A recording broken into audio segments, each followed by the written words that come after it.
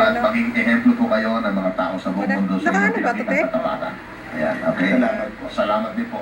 Hindi mapigilang lumuha ni Willie Navarro sa programang Oro mismo sa DZBB. Bayani kasi ang tingin kay Mang Willie. Di siya nagdalawang isip na ibalik ang mahigit 65,000 pesos na naiwan sa taxi niya. Biyernes daw nang sumakay ang pasaherong si Philip Ronald Osiano sa taxi ni Mang Willie.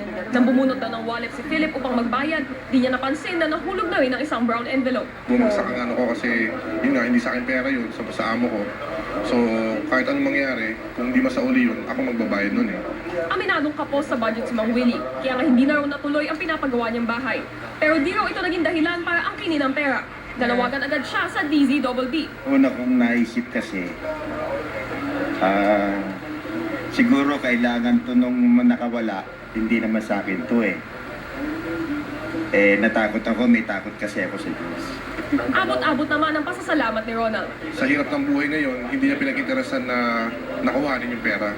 Na alam naman natin na may mga matapat pa rin tao na tulad ni Mang Willie.